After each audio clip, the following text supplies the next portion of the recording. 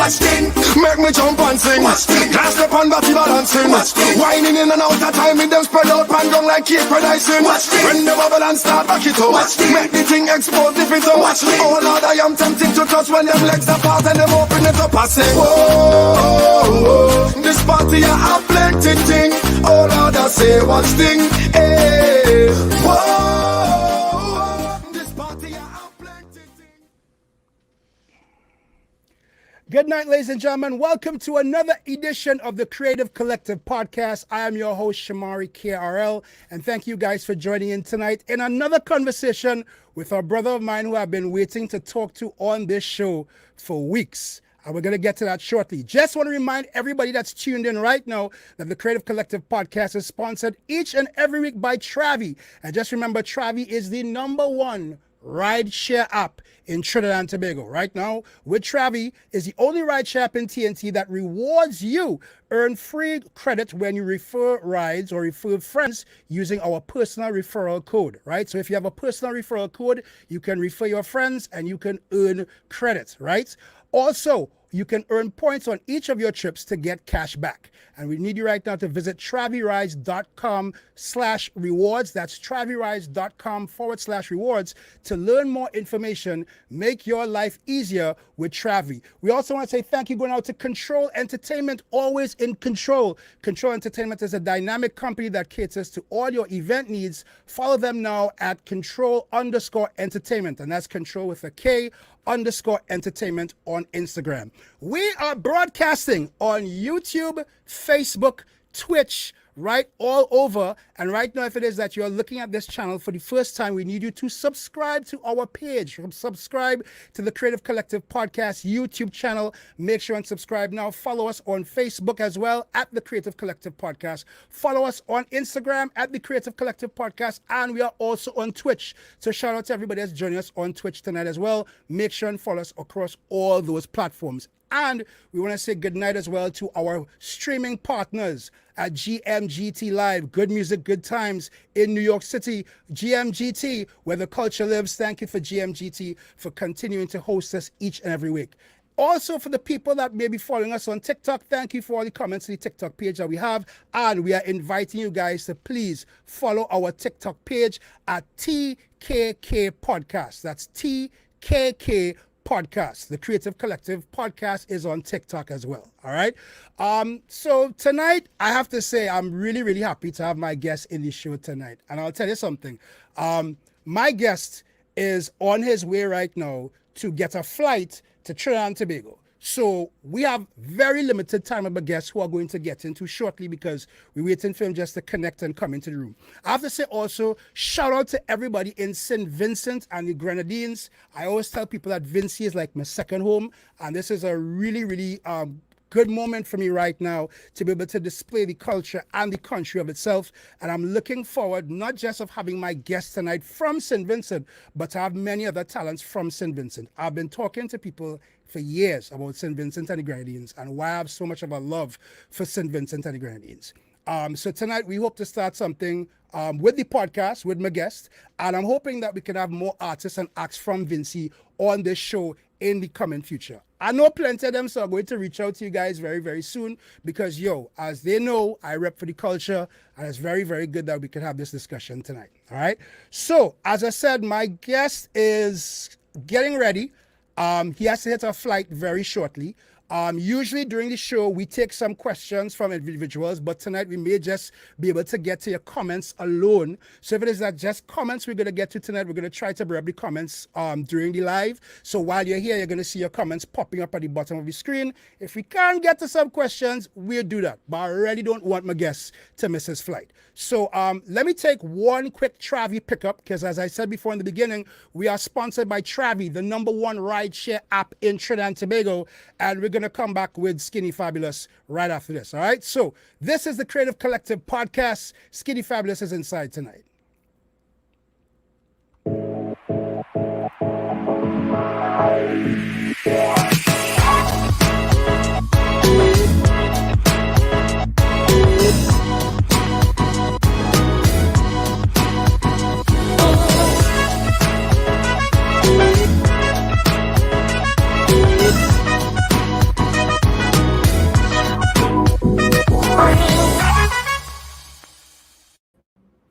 All right, ladies and gentlemen, so no time to waste tonight because we have a lot to talk about. And I am joined on your screen by the 6-time St. Vincent and the Grenadines Soca Monarch winner and one of the most identifiable personalities in the Caribbean to date.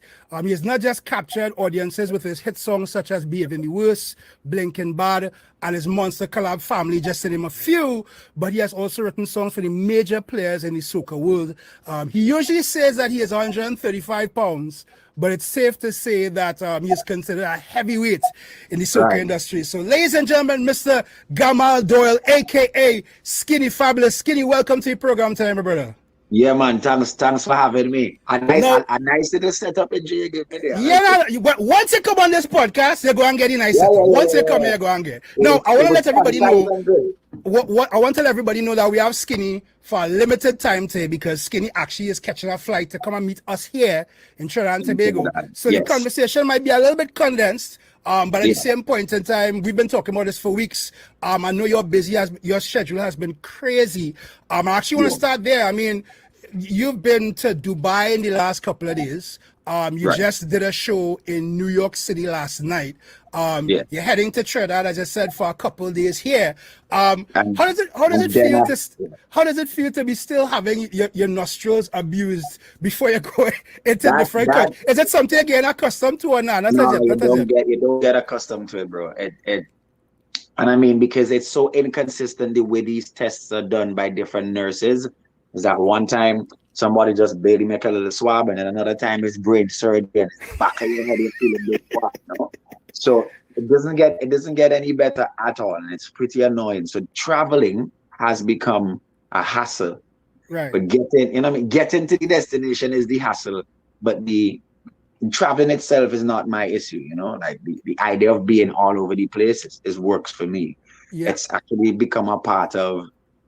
I feel like the minute I'm grounded for too long. Like I was really miserable during the first parts of the pandemic, simply because I wasn't able to do my usual travel around. And when you're traveling around, you're complaining. I was complaining like, damn.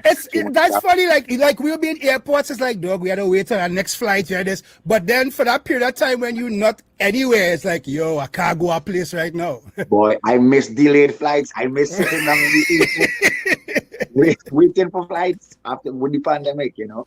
But I give thanks to the blessing of having opportunities to still be amongst some of the artists that are consistently booked throughout the world during and then the later half of the pandemic, and now as we see the outside world, we outside already. Yeah. So I'm just happy to be a part of a collective of creatives that still get to enjoy doing what we want to do and what we love to do. You know, it's so funny you say that. Do you find it odd now, as somebody who is outside a lot, coming back to the Caribbean and seeing how the protocols and restrictions still have us kind of like in, not necessarily lockdown, but at the same point in time, we're definitely not outside to the fullest. Is that strange to you? Or? You know what it is? Because I am so much in and out of it, it's like a whiplash. So I came to Trinidad and I went by Golden Bell because I wanted the ramen. I wanted that spicy beef ramen. Right? Welcome to Skinny. You must have the ramen, dog. You must have the ramen. Right? So I went to Golden Bell, but I so programmed. I had just come from Miami, but I so programmed in the Miami ways that I waltz up in Golden Bell, but I had called ahead for my order. Waltz up in there. Right. Hey, I don't see my ramen over there in that back. I come to the woman tell me, but so you don't have on a mask. I said, ooh, I forget about that. And I'm like, okay, but sorry, next time I'll know. Just give me the bag, hell up the money, keep the change. The young lady refused to take the money and the change and did not give me my ramen. Because I don't know, I had to go by Burger King. I didn't get on there. I had to go by the pharmacy. The pharmacy didn't want me US. I had to go by Massey Beggar Security to buy a mask for me. It was drama. To get.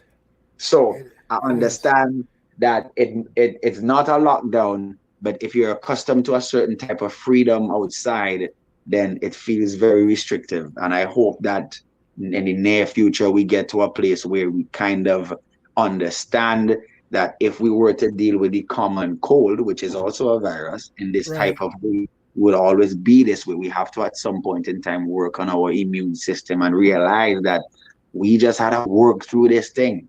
No amount of real. Anyways, I don't want to get into that because it might sound. But as you notice, and as plenty people notice right now, the UK. Well, Boris said that is it. Boris said that is it. We open. We ain't bother with no protocol again. If you're vaccinated, come off it. If you're not vaccinated, still come off it. He ready business. But I mean, as I said that, there's actually something I saw last week just to get your take on it. And this is a video of you guys actually performing at the SVG National Day in Dubai, the expo. Tell me about that experience. I mean, as somebody who goes into these kind of environments with people who may not be as accustomed to soca as we are, is it something that you still get nervous about even as a seasoned artist going into crowds like this? Or is it something that you look at as a challenge that you're able to take up and just run with the mantle for it? You know, I want to be honest here that like this is the first time I'm actually seeing this playback of this performance. Right. So I was actually kind of watching it and see what happened in here. Yeah, but let me take care of this song. Hi.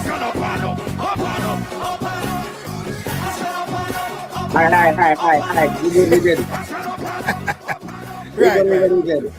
So, to answer your question, you know, after you're doing something for so long, man, it's almost so second nature to me that it does not matter what type of crowd, what size crowd. It all feels the same kind of jitters that I would have performing at a bar in San Fernando. It's the same jitters I have in front of all these British, Emirates or Indians or Saudis or whatever. It's the same level of jitters, but it's a jitter that does not obstruct or restrain or hamper. In fact, that jitter is actually a constructive jitter to me. If I don't have that jitter, it's because I'm bored and I don't want to be there. Or I don't feel it's important. But as long as I feel it's an important show, and I feel like all shows are important, I always have that little, okay, skin, boom, let's do this, bam, bam. I still need to shrug my shoulder and go and do what I need to do. But I don't differentiate between the sizes of the shows anymore. I'm been too seasoned to even study that. Yeah, and it's funny enough because, I mean, and I was looking at a conversation that you had with our dear friend Kara, so big up Kara Donnell, in our research for this conversation. And Kara was saying at that point in time in the conversation that you are a really confident guy in your abilities. And I look at, for you to be able to perform in any environment, even if you're seasoned and you be comfortable but also have the jitters, it still takes a particular level of confidence to perform for somebody that might not know English, and you still have to command the audience like that, or somebody in an area where it's not predominantly a soca environment, but at the same point in time you want to go and deliver, because even in looking at the performance, your diction is a little bit different, the way you say things is a little bit different, because you know you're not in front of the normal Caribbean people that you'd be in front of. Where do you think that confidence in total comes from? I mean, is it something that you would say was grounded in your upbringing as an individual? No, where do you see that confidence coming from? That's the way this part, Shomari. That's the way this part. I didn't grow up being confident. I didn't grow up being the star child of my household. I was the only child, so I had all the attention. But in school, my earlier school days, I was not that guy. I was that guy, that little skinny guy who, you know, other Lies. people kind of pick. I don't believe you. I don't Well, believe you. I think get picked on them kind of things. I never go through the early part of my childhood being confident or feeling confident or in anything, in my personality, in my physical appearance, any of that, until music. Right.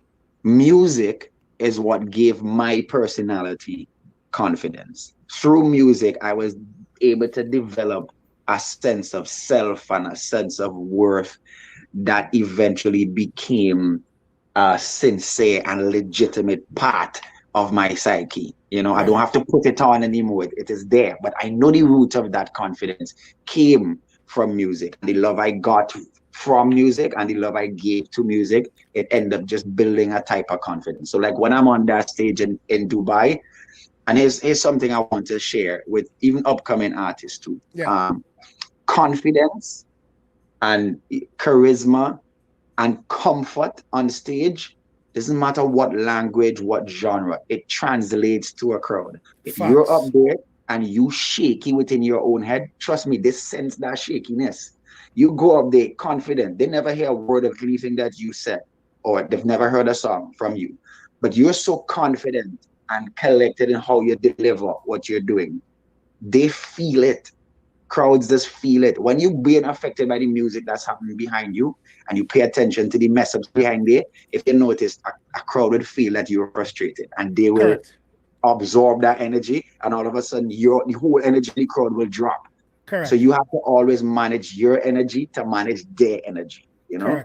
Correct. Yeah. It's so strange that you say that when you was in school, you wasn't really that confident guy. No, one of the things about this podcast is that we like to do our research, right?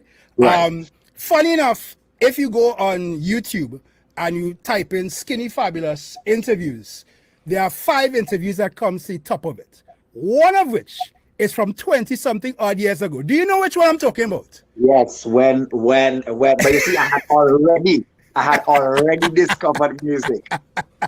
The one when she asked, when she said, all the best to you, and I said, all the best to me too, or something. I can't remember. Well, I mean, no, I have it queued up here though. We can get into it if you, all right, quickly, let me get into it. So this is Gamal Doyle, 20 years ago, 20-something odd years ago, right? Good evening and welcome to Expose. This evening we'll be chatting with Gamal Doyle, also known as Skinny Fabulous. Good evening, Gamal, and welcome to Expose. Okay, greetings to you, Malika, and greetings to St. Vincent and the Grenadines. Oh God, don't Okay, do where did you that! get the name Skinny Fabulous? Well, if you look carefully, I can say that's self-explanatory. The skinny part, of course. Yes, I'm very skinny. The fabulous cannot be seen visually at first glance, but then once you get to know me, I can say that I'm fabulous. Fabulous. Now, in terms of plans, I'm trying to do some marketing outside of St. Vincent, and hopefully that will come true, and it's beginning to show some light. Thank you, Mr. Fabulous, for being a part of our show, and I want to wish you all the best in your musical career. Okay. Here's the funny thing about that video, eh? This is the funny thing about that video. First of all, I know Malika, so shout out to Malika after all these years. So big up Malika one time. That's number one. Yeah.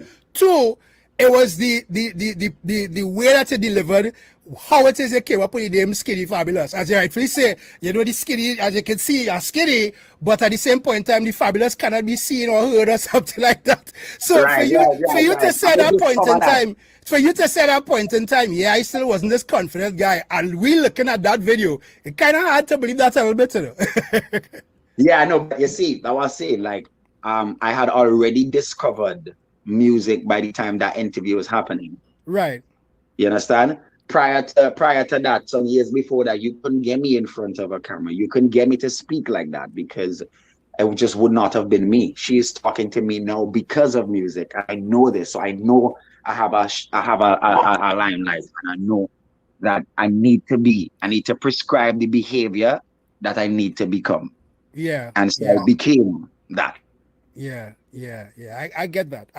You know, and it's funny you say that because as an artist, within that same interview, you have spoken about the struggles that you had in the early part of your career, starting to develop at that time as you want to be a dancehall artist, right? Obviously, you as an individual, you appreciate all genres of music, and you are not a dancehall singer, or so you are artist. That's why I look at it. But do you think that some of the struggles that you had in the early parts of that career are some of the things right now that help you keep that grounding right now in all the challenges that you may have even now? The dancehall background? Well, just the background in music in total, but at the same point in time, as I said, at that point there were struggles that you had as a dancehall artist. I'm quite Right. certain, even coming up as an artist from St. Vincent and the Grenadines, there would be struggles as an artist as well too. Do you think those Right. struggles have helped you now to be more grounded in, I guess, the challenges that you may be facing in a much more advanced stage of your career?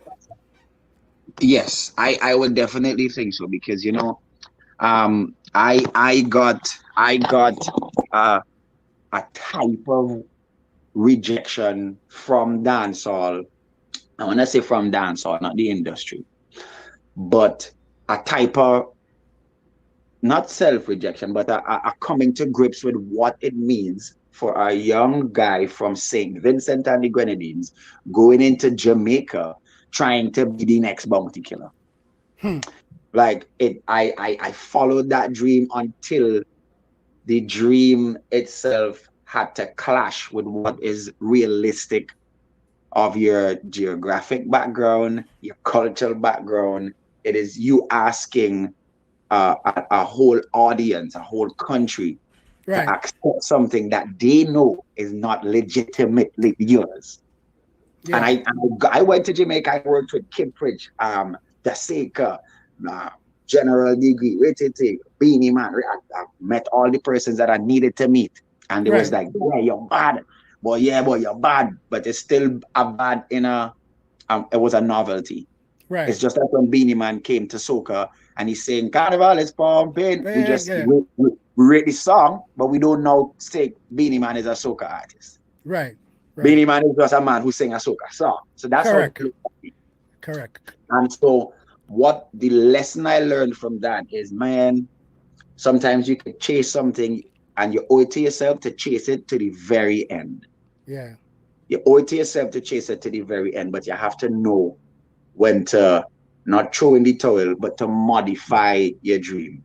Right. And be adaptive. You know what I'm saying? Yeah, so even in my struggles now, for many times I did competition and didn't win and whatever. I done by then accustomed to getting the no and realizing, okay, this is not the route, or it might happen now, it might happen next year.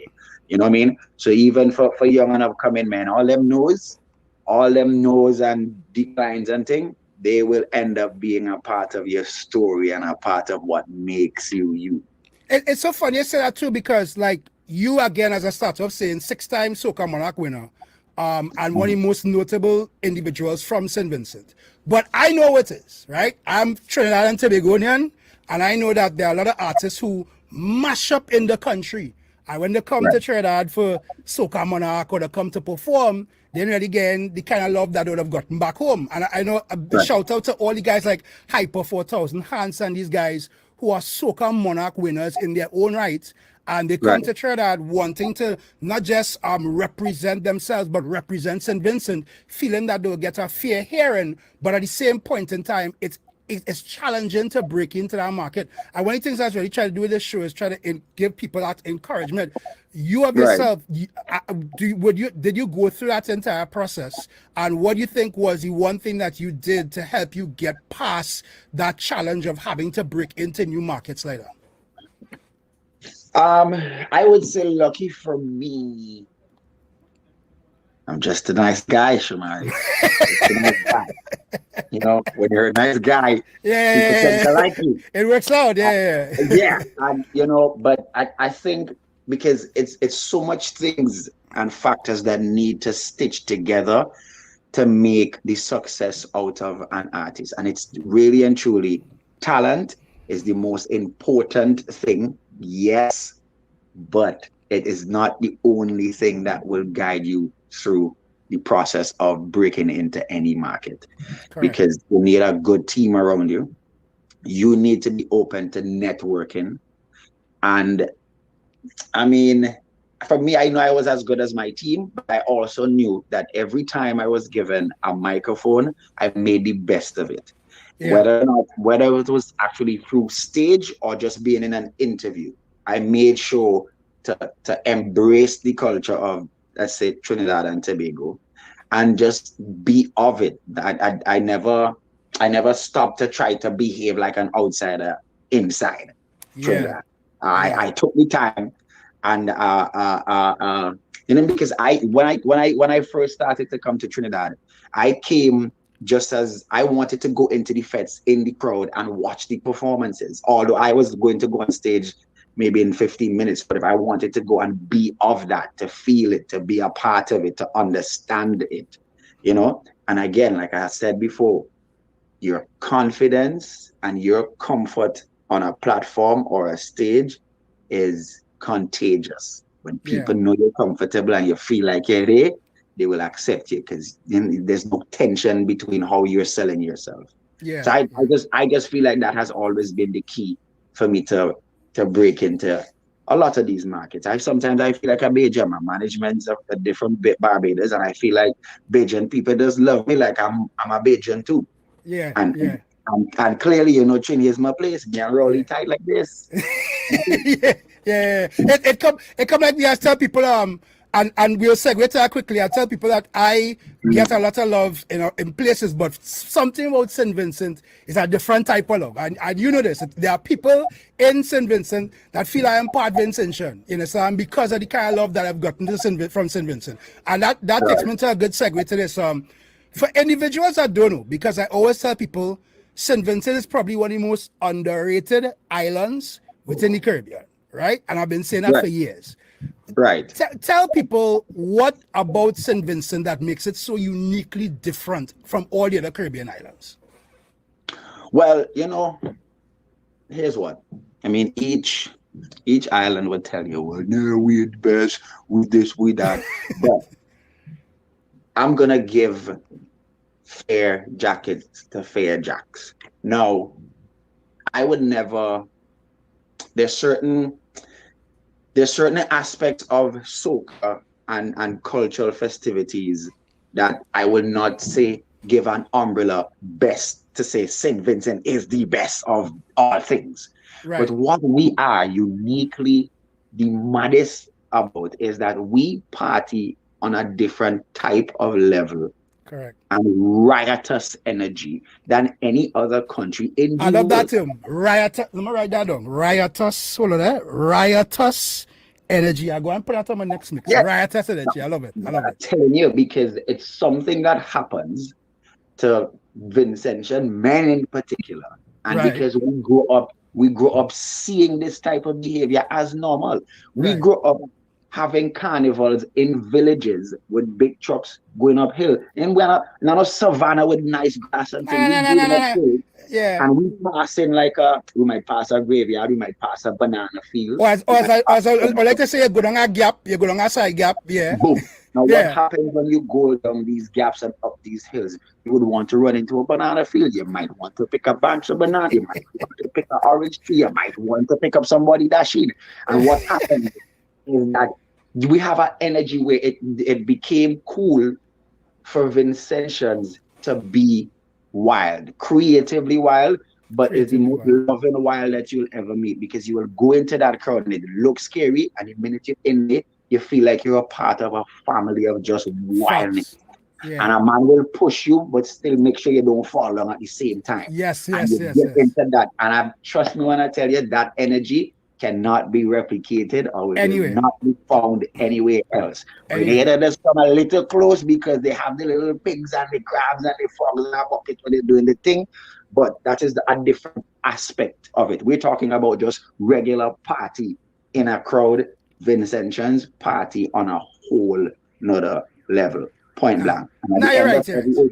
We just take off the clothes and go home left with shoes and just pelt off with it. That's we like that. It's what makes us proud to be Vincent. So if you never come Vincy and you want to see creative but peaceful riots. Peaceful riots. Creative riotousness. And that everything that you just said embodies how I feel about St. Vincent from coming to St. Vincent from the first year since 2013 and not really understanding how to make it in words, but you just said it yourself in that. In that same regard, some people look at you right now as like St. Vincent's most popular ambassador in that regard. Do you look at yourself like that? Do you look at yourself as like Vincey's most popular ambassador? No. And that is a slope that I know it's easy for persons to maybe say that or maybe ask if I think that. But the truth of the matter is, I am a part of a cultural machinery that existed before me. So before me, you had the likes of Opposer, Right. Harry Bank, you had Beckett, Aston Beckett, Cyrus, Teaser, you had Teaser. Winston. So I don't mind if you want to give me, I will pay for you. Yeah, You have James EP, who made his hit on the scene before me. I look it up, Nookie. Correct. Nookie. You had Kevin Little, turn me on. So like it have a whole several generations of people who championed the cause before me. So I wouldn't want to say that I am that now. And then in these current times, you still have the likes of a Problem Child, and Problem Child is amazing work on writing, on performing, on carrying the brand too. And then you have Hyper 4000. You have a lot of upcoming Vincent and artists who just and they just didn't get the shine as yet. So I am fortunate, how I will describe it, I am fortunate now to be able to have the shine. I am one of the artists that gets some of the most shine, but I don't want to consider myself the shine. I'm not the shine. I just get a lot of it. Yeah. But I share that spotlight with all other artists. And I actually love that about your island in terms of when artists, whether it be Problem Child, Hans, Luther, any one of them, when they go on a stage, the first thing they would say is that I am XYZ from St. Vincent and the Grenadines. As you rightfully say, it's like one person looks at themselves as the full representative, but each of you all are part of an ecosystem that come together to actually not just promote the music, but promote the island and be ambassadors to the island as one. And that's something significant that I think a lot of people really do appreciate about that. Even that performance I showed before, that Vincent Mars performance, or that St. Vincent Day performance from Dubai, it was you and a team of artists that were going out there representing St. Vincent and the Grenadines to the world, and that's an important thing. Do you think that is something that you would like to probably see other countries adopt? Because here in Trinidad, listen, I don't know about you, but one man going there, one man going there. It's an old team of fellas going out there as one unit. It's like how they went there as one unit representing this island. Yeah, I have not seen. I think St. Lucia is probably the only other place I may have seen that. But I don't know if there's something that could be, But maybe too, Shomari, maybe you might think, surprisingly, that is as a result of maybe the artist mentality or lack of unified mentality. Right. And in a case like this, it actually may not. It actually might be a case where there aren't many opportunities for them to do that. Right. On a unified front. But I have seen, if I'm going to be fair, I am seeing now a culture of artists being friends and understanding that we as an industry hold the power to control our own promotional destiny and how we do things. So the likes of a Lyrical holding a show, but having his peers on it, not just as like just little run-ons, but really feel that type of, I am doing this for my friend Lyrical, I'm doing this for my friend Nadia, I'm doing it for my friend Voice.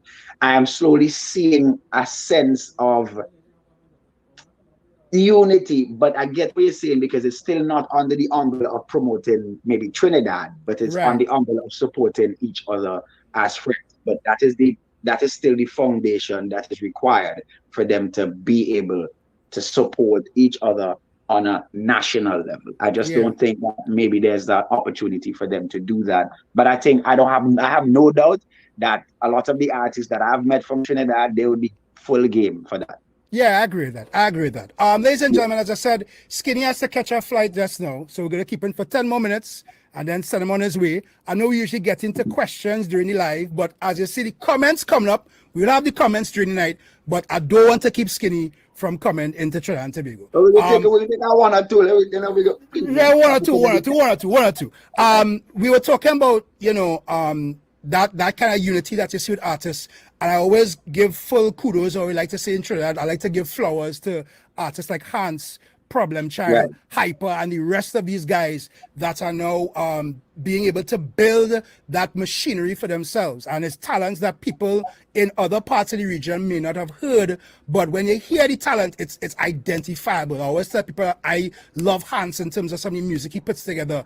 As I say, Problem Child, one of the best writers you can get on any song. Is it important for you right now to be part of, I guess, mentorship to the future artists who still looking for that way to get in? You know, what have you been doing to do that, to have that part of that way, if you want to put it like that, in terms of mentoring young artists? I would love it. I would love to be that. Yeah. Right? But I'll tell you this, maybe I might get in trouble, but this is how it goes. We like to be real here, man. So you can be real. I'll be real. We have, and maybe this exists in the different countries and the different genres and things, but we have a generation of artists that is coming up that is also so consumed with their own egos that the simple step of saying to another artist who has done it or who is doing it, the simple step of saying, hey, help me, or hey, I see what you're doing, I would love to be on that path, what are some of the things that you'd recommend? And I often wonder, like, why some of these artists don't do that more, or even worse, why sometimes when there are opportunities where I want to do that and I extend a branch that you can say, listen, if you're serious, call me, let me set up some studio time and let's go and work. And bro, I would be like, yeah, what are you doing this Sunday? Let's go studio, let's see what you have, let me try to, you know, put together something, and let me put together a EPK package and let me get it done. Yeah, man. Let's say, yeah, Sunday, 4:00, is it right? I'm still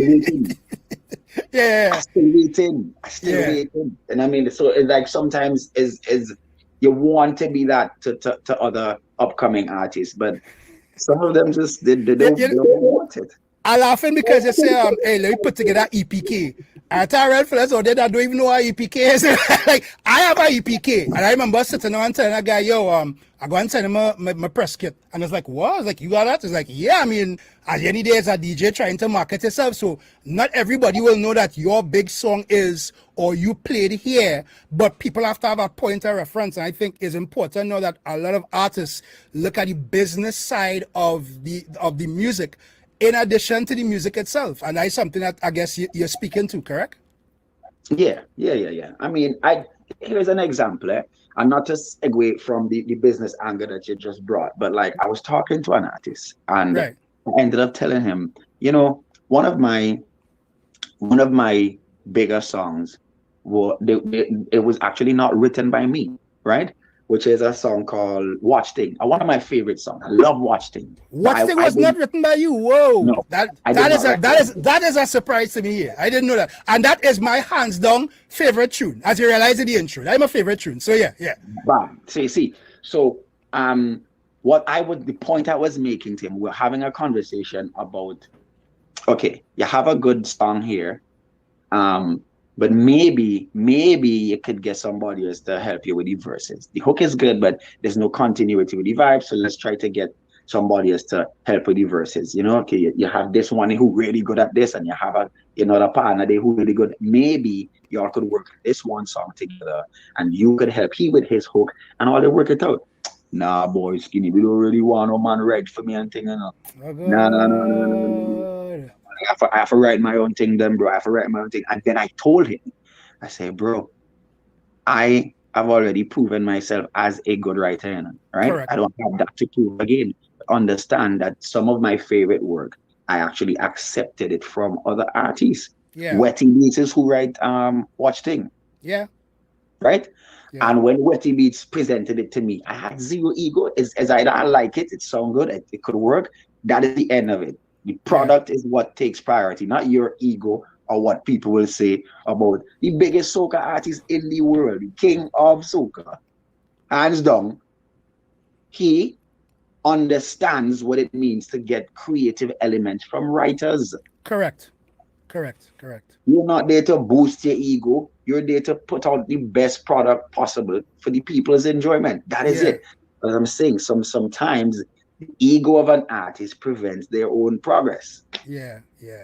I can agree with that. And one thing I'd say about you, knowing you all these years I do, is that well, I only recently realized that so many things that people that are real interested in, like football and basketball and them things don't bother you, right? So I realized that Skinny is not the guy to be sitting down and talking about the Barca game or the Man U game or what going on in the NBA and that kind of thing. So you're not that guy. I know I have friends who be going crazy over Arsenal and Barca and Man U. And I don't even know these teams' colors. I do not know. I know one is blue, one must be white, or whatever. And I know of two men in football. A man named Messi. A short man, and another one named Ronaldo. That's it. Right. That's it. And in basketball, I know about Kobe, I know about Curry, I know about James. LeBron James, right. And Michael Jordan. So that's all you need to do. But I'm not into games. I don't know about Halo. I don't even need for speed. I'm not into those things. But he has a talent that you do have, which I feel a lot of people don't really understand.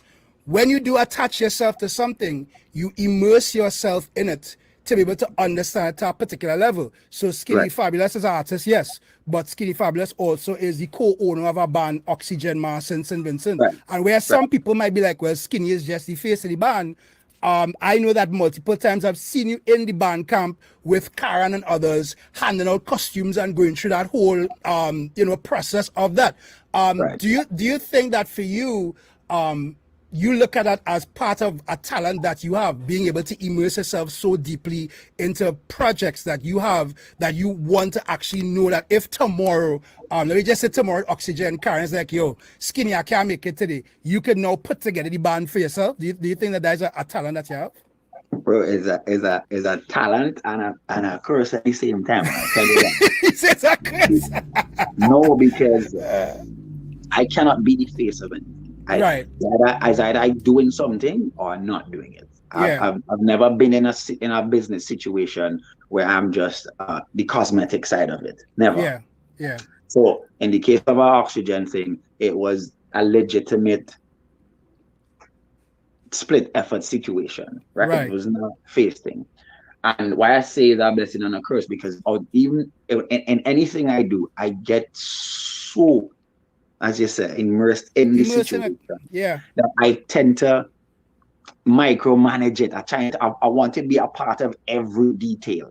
So in the likes of Oxygen, I could tell you what the food was. I could tell you who was the caterer. I could tell you how much per head. I could tell you what type of feather, if it's goat, if it's pheasant, if it's ostrich. I could tell you the different dyes of the color. I could tell you the beads. I could tell you who's the supplier. I could tell you which part of China it come from, because I want to know every single detail and be able to deconstruct that costume from what I see on the road to the bags of gems and things that came on boxes from China. I want to be able to do that. And so that applies in everything. That is why at this point in time, I ended up doing events, because I can't be coming to an event for a promoter and doing this and not understand the back end of it. So I then became a promoter in rights and doing my own events all over the place. You know, and I like to go to bars and I like to have good drinks. And so I then wanted to be a part of that. So now I open in a bar in St. Vincent, but I want to be in it. And I don't want, and my problem would be that I would end up wanting to be a part of managing, and I can't do that. So that's why I say it is the talent, it is the blessing, it is the curse. I don't know how to step away. Out of all these things right now, if you were to say, okay, tomorrow I go and hang up the artist hat, which I know you're not going to do at all. But let me say tomorrow is go and say, yo, I feel I go and take a break from music, however. Is there one of those things that you think you'd immerse yourself the most into over a particular period of time that you really want to see flourish, like in a greater sense? No. If I hang up music, is because I'll add something else to the already existing things that I have. Yeah. It wouldn't be that I now say I'm going to focus on just all of the energy on this. So if it's retail and doing the whole amusement park attractions, which I do, or if it's the kids store, or if it's the bar, or if it's the events, I'll just add something else to replace music and just give it all, because I'm too jittery, I'm too restless. I like to have my hands in things. Yeah, I got you. Two quick questions before we go. As I said, people skinny had to leave like now, and I'm real thankful that you still made the time this evening. I asked Ricardo Drew something at the beginning of this season. Drew and I was talking about being a parent, and more importantly, being a girl dad, right? And I know you're a girl dad as well too. And I've seen in multiple conversations where you said that, you know, you always ensure that even in traveling, it might be challenging, but at the same point in time, you want to make sure that you still keep the presence, even with all the touring and everything that you were doing and whatnot. Is there anything about the parenting experience that you think you learned during that pandemic period of time that you probably knew kind of before the pandemic, but now that you was on lockdown and you ain't going nowhere, you can say, hey, you see this year here, I learned this from being at that point in time. Well, I'll tell you this, but I'm also a boy dad too. Correct, yes. There's a big difference between boys. It's a difference that you wouldn't, nobody could describe it to you until you have a boy and a girl and you realize two different things. Right. It's hostage and terrorist. which one is the hostage and which one is the terrorist? The boy's terrorist. Huh? But to answer the question about what I learned, honestly, might sound weird, but I learned that mothers are a blessing to this earth.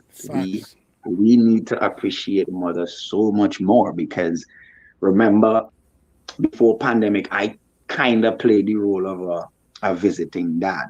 You know, right. I'm there, but I'm there for like some days, and it's like, oh, we come, we do nice things, we go for ice cream, we go there, and I'm there just for the fun parts. You know what I mean? Yeah. But then when Corona hit and you're grounded, you realize, well, it's not just the fun parts, and there are parts that sometimes, like, moms don't get to just pack up and say, take a break. Exactly. You know? I get to travel, and in so doing, I am allowed a certain type of break from parenting, from the day-to-day parenting. Yeah. So when I was able to just calm down and see it, it made me, one, appreciate the time you have with your kids in a different type of way. It really and truly made me appreciate the type of effort that mothers put in to the kids, for making breakfast and cleaning up after their kids. Sometimes you try to let them clean up the room, but boy, you know you're gonna have to go in there and pick up a soft again, do this, and they do this every day. Prepare lunch and the snacks and the clothes to wash, and like this is every day. Yeah. You know, and I never stop to think about this is your routine apart from your work routine. Yeah. You know? Yeah. So that's what the pandemic taught me most about parenting. Yeah. I even my brother and my nephew, we know that when you hear at 9 o'clock at night, my brother tired, right? Wherever it is going, he can do whatever for the day, no. Once my nephew is here, you know, at 9 o'clock, them lights out, because he had to run up and down and make sure that he's so taken care of, because he'll be there with him for 7 days for the week. And it's like, as a laser focus, as a parent, that you have at that point in time that is totally different from anything else that you're doing. I think, as you rightfully said, having that time now to actually sit down and see and be immersed into that more now, you get a greater appreciation for the challenges that probably your mother and everybody went through, and only women in their life who are parents will go through, you know? For sure. I mean, it's a privilege to be a father. This is a really big responsibility to be a father. Yeah. And I give thanks just for being blessed with two wonderful kids and two very loving and caring baby mothers, you know. Yeah. So, you know, they mightn't see it, but give thanks. You give thanks. Final question before we lock it off for the evening. Obviously, 2020, big pandemic. 2021, we now getting ready to come out of the pandemic. Everybody's saying 2021 we go and be outside. I was extremely traumatized, like everybody else, from seeing what happened in St. Vincent with the volcano, Right. and the eruption of the volcano. Was that in itself as well a traumatic experience for you personally? And what would you like to see now in 2022 that we've been hearing St. Vincent saying we haven't a Vincy Mass? What would you like to see? What do you think people could expect out of a Vincy Mass this year? Do you think we can expect to get Vincy Mass on the level that we know it to be, or do you think it might be scaled back dependent? You know, what is your outlook for that? So there is I am a cultural ambassador for St. Vincent, right? Right. And I don't mean that just in a symbolic way. I mean that like literally. I am a cultural ambassador, like with a diplomatic passport and everything, right? Right. So I'm gonna say this: Vincy Mass is going to be a scaled down, vaccinated festival. Thank you. Right? It's going to be 2 weeks of well coordinated, well put together, logistically coordinated events that go through a very methodical system for entry and for being safely in our party. That is what is going to happen for Vincy Mass. Right. That is me, cultural ambassador, Mr. Gamal Doyle. Right. I just want to take off that hat for one moment. Right. The same energy I told you about prior to all in this conversation about the type of energy that we have, while we may strive to have this very clinical, very sterile carnival, the energy and the pulse of the people, I am afraid, will not allow for that type of sterile and well-behaved type of situation. So I know that there is going to be a ground and an organic energy that will rise in pockets across the country that at some point will either be severely policed or just throw your hand in the air and just know that the will of the people is the will of the people. Understand. But that's not to say I am encouraging these types of things, but I just know my people. It's like in Grenada, like look at how that when people need to be about and feel that energy, they will be about and feel that energy. So I know that for the most part, it is going to be what it is branded to be, vaccinated safe zones and so forth. But if you're looking to come to St. Vincent, can you almost guarantee you're still going to get to feel almost the type of energy in pockets across the country as you would have normally experienced in years before. And 1 year now away from what happened with the volcano, because again, when you look at the news and you might not know St. Vincent, you might think, well, the volcano happened and everything, you know, is flattened on the island. But if it is that you know the island well enough, you'll understand the impacts of it. 1 year away from that, do you see what happened with the volcano last year impacting anything where Vincy Mass is concerned for 2022? No, I don't think it's a case. No, Corona is what did that. You know, but I also call that time period around the volcano eruption the pandemic apocalypse. The pandemic apocalypse. Because we were experiencing an already bad situation with the Corona, and then that eruption thing forced people to be in tight spaces in a time that they didn't have to prepare. You can't really sterilize that type of environment under those types of emergency situations, you know? Yeah. So I know those couple of months, they were very rough on people who had to just kind of relocate and just kind of reprogram their minds to sharing a school toilet with 50 people because they cannot go back to their house. Or when they go back to the house, the roof collapsed because the weight of the ash was so heavy and that type of thing. So I know while we may not be seeing the kind of side effects from that because it's not in front of our face, it's not in the news cycle, I am pretty sure that there are persons and families who are still going through the emotions of losing their livestock. They come back and meet all their pigs either not there or not there, either because they were stolen, they ran away, they died.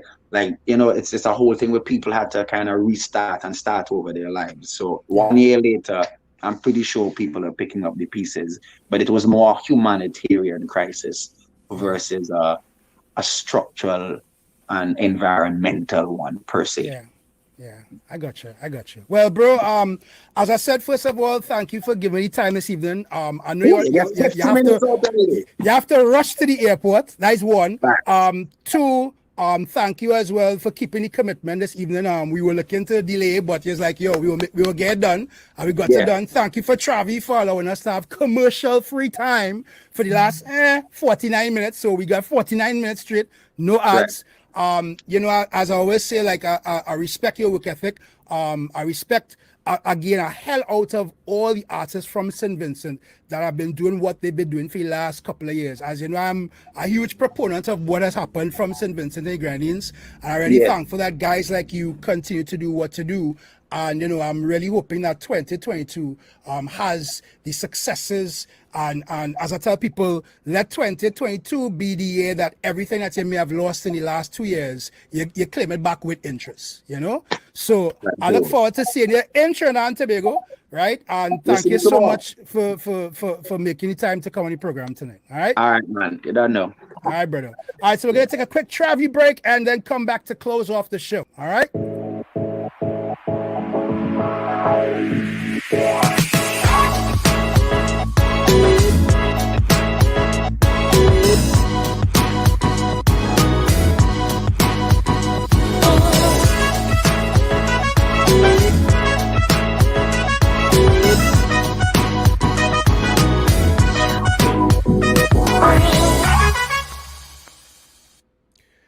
All right, ladies and gentlemen, special thanks once again going out to Skinny Fabulous for joining us inside the Kreative Kollective Podcast tonight. Hopefully, Skinny is going to get his flight on time. I don't want to feel like I'm keeping back the artist from reaching here to Trinidad. So if anybody in Trinidad and Tobago don't see Skinny tomorrow, please don't blame us. We try to make it happen, all right? Usually you guys know how in-depth we like to go, but I really wanted to make sure that Skinny had the time to come down to Trinidad. So thank you very much to Skinny for being on the podcast this evening. And thank you so much to everybody who joined in tonight. I really appreciate your comments. I'm really, really sorry that we could not get to any questions tonight in the conversation, but as you guys saw, we want to make sure that Skinny can keep his commitment to coming to TNT. Just want to let you guys know once again that we are powered every episode by Travi, the #1 rideshare app in Trinidad and Tobago. I want to remind you that you can make your life easy on your Travi commute. Use the multi-stop feature to set multiple stops to different commutes. Visit the resource center at travirides.com for more information, or download the app on your iOS or Android device today. So thank you very much for Travi for, of course, giving us the opportunity today. I also want to say, ladies and gentlemen, that again, as somebody who has been a real big supporter of everything that comes out of Vinci, I'm looking forward in the next couple of months to reaching out to a lot more of the artists and creatives from St. Vincent to get them on the podcast. And not just St. Vincent, but we have some other islands as well where we want to reach out to acts and performers from there. This show is one that encourages to promote what is going on across the Caribbean diaspora. I'm really, really thankful that we've been able to do that with the conversations that we've had from people in Trinidad and Tobago, but all across the world. Also, I want to say thank you to GMGT in New York City for broadcasting with us tonight. For everybody that was on the GMGT Twitch page and we couldn't get to any of your comments, unfortunately, because of how our system is set up, we don't really see the comments on our end, but we guarantee that next time when we do take questions in the podcast, we'll be able to filter your questions through our end. All right. So once again, guys, thank you so much for tuning in tonight to the podcast. Just to let you know, next week, Monday, is supposed to be Carnival Monday in Trinidad and Tobago. So we will be doing a TKKP rewind next week, where we'll be discussing Carnival and the future of Carnival with 3 band members. So you can look out for that next week, Monday. That's a TKKP rewind. And of course, if you have not subscribed to this YouTube channel right now, just go and subscribe to the Kreative Kollective Podcast on YouTube. Make sure and subscribe right now. Subscribe to us. Follow us on Instagram. Follow us on Facebook. And, of course, follow us on Twitch at the Kreative Kollective Podcast. Do not forget that we have a TikTok page. That's TKK Podcast. Make sure and follow us on TikTok as well. TKK Podcast. All right. I want to shout out everybody from St. Vincent that tuned in tonight. And shout out everybody again that was able to tune in from wherever you are in the world. I also want to shout out some of the people that I saw in the comments tonight. Shout out to Naomi. Shout out to Miss Chrissy. Shout out to DJ Busby in Toronto. And of course, Tiny from Vincent. And everybody else that joined us tonight.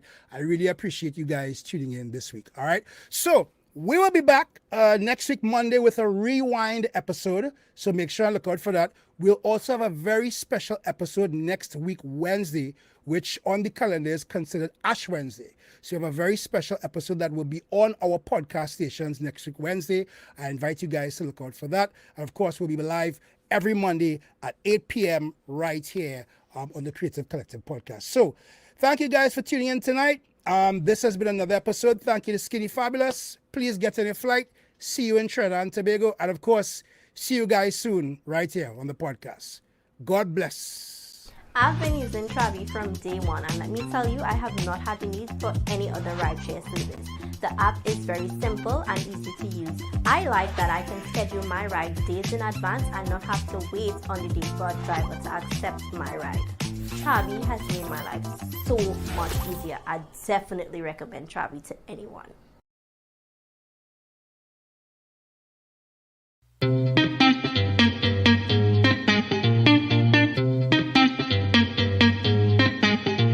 Watch thing, make me jump and sing. Glass up on body balancing. Whining in and out of time, with them spread out pan down like cake producing. When the bubble and start back it up, make the thing explode if it up. Oh Lord, I am tempted to touch when them legs apart and them open it up. I say, whoa, this party I have plenty thing.